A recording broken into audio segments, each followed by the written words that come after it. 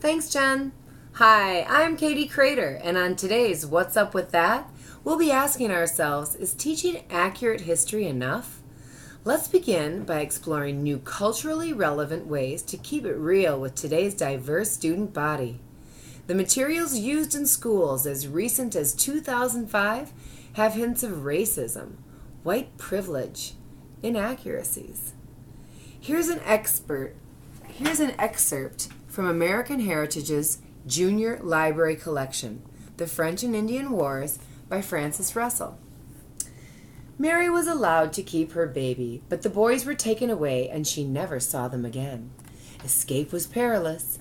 Any captive caught trying it was brought back and slowly and publicly roasted to death. To humor the Indians, she made herself useful, delighting the braves by stitching shirts for them. The Mary in this story is our beloved Mary Ingalls Wilder. Really? Her story back in the day made a popular primetime television hit, reinforcing it to be all the more accurate. Approximately 40 years ago, this history was taught to students in the public school's social studies class.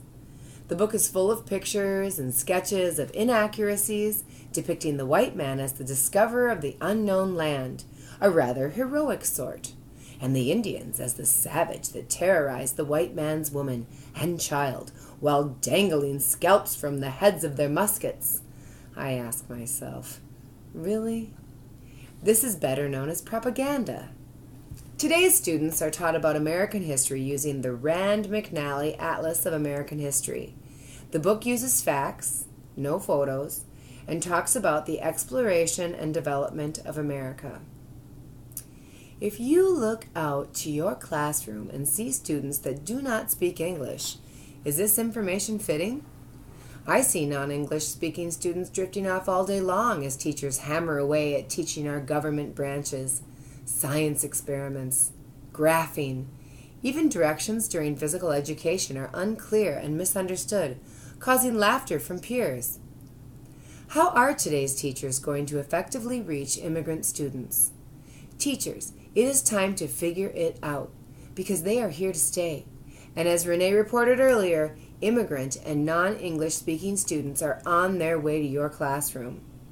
Today's school must provide all students with a strong academic foundation as critical thinkers who choose and act responsibly with respect for self, community, and the environment. The immigrant student brings with them rich history, military, economics, societal, and traditions that are an important part of our history. How relevant to ensure that the real stories of your students are brought to life in your classroom. Tie in your students' heritage to your curriculum. Connect to the variety of cultures in your classroom. Engage all students using different strategies such as letting your students use props such as photos, music, native foods, bringing in family members as a guest. As a teacher, therein lies a responsibility to use accurate materials. Educate yourself and arm your classroom with the best resources. Don't settle for digital and written history. Invite families and community members in to share oral history.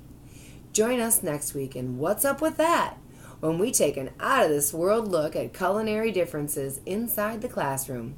This is Katie Krater signing off. Till next week.